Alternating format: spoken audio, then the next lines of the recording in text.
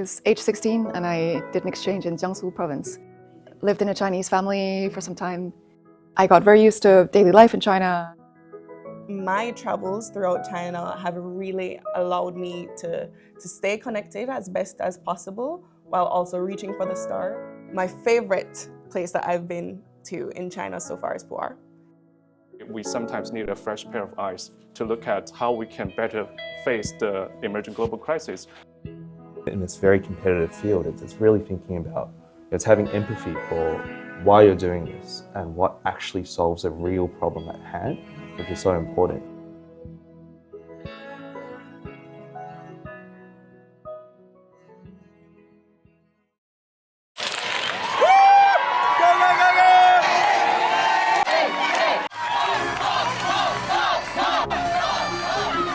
I think a lot of not only Americans, but I think other students from all over the world are getting a sense that China is becoming this superpower and that they want to kind of be at the epicenter of that. It's the people.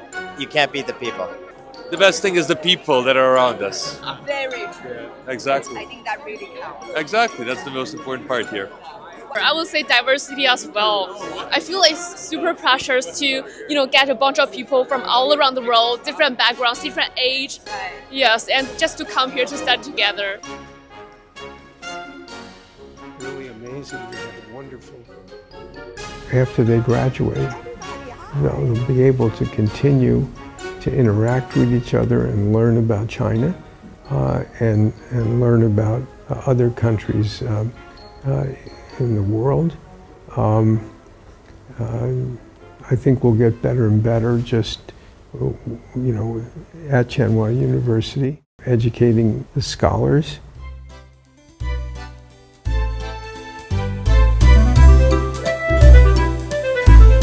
About rapid global changes, the 4 Schwarzman Scholars I talked to put it the best. They cherish the shared experiences and being each other's inspirations. For me, and I know for many other scholars that I'm friends with, the anchoring feeling is actually doing self-led travel while we are here. So whether that's during the Lunar New Year holiday or Golden Week, I think that my travels throughout China have really allowed me to stay connected as best as possible while also reaching for the stars. I think my trips to Yunnan especially, Tianjin, and other places in China, Guangzhou, have all really allowed me to witness different ways of living. My favorite place that I've been to in China so far is Pu'er. I'm a big lover of tea, shou pu'er cha. Tsinghua, then Schwarzman Scholars gave me the opportunity to, besides just daily life and the language skills, dive deeper into Chinese history and culture. I started reading classics, I started reading political philosophy. I interacted with fellow cohort students who were, officials or incoming officials to understand the political system better. So it was my first time that I really got to get real access to how China functions in China's history. And that was hugely valuable to me. I work with the United Nations, so it's a relatively less traveled path in the Schwarzman College.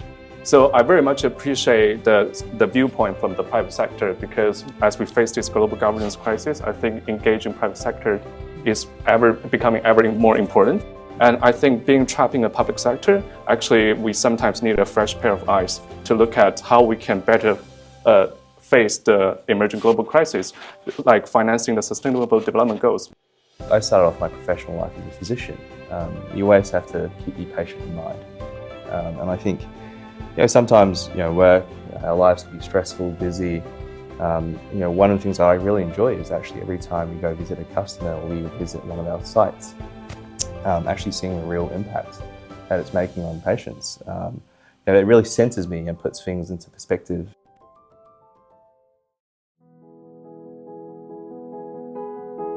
10 years ago, the Schwarzman Scholars welcomed this first cohort.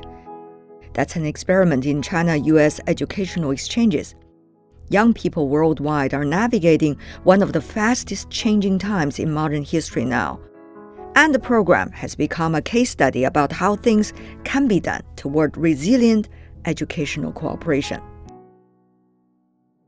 Over the years, the Schwarzman Scholars never stood alone, as there are those who work to be of support whenever needed. Like Xue Lan, the Schwarzman Scholars Dean, and his colleagues. Because of this kind of rapid change in geopolitics, in technology, and in everything, so we really have to provide with them two sets of skills, I would say that. The first thing is how do we really make sure that no matter what happens, their value stays the same, their goals stays the same. So in Chinese word, to have 定力, no matter what changes, you have to be resilient. You have to be insistent and determined on you pursuing your goals. So you are not following go with the flow. There's been enormous evolution.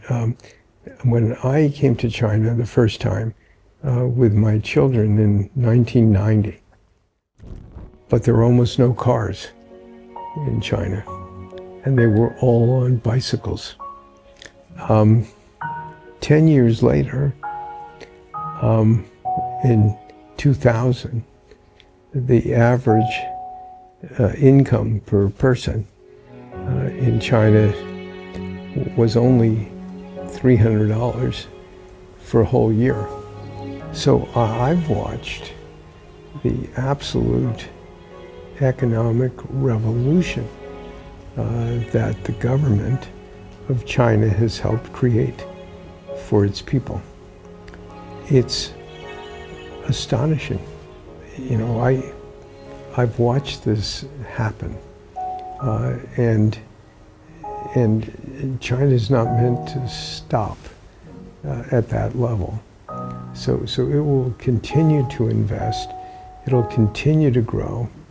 It'll continue to make the lives of its people better.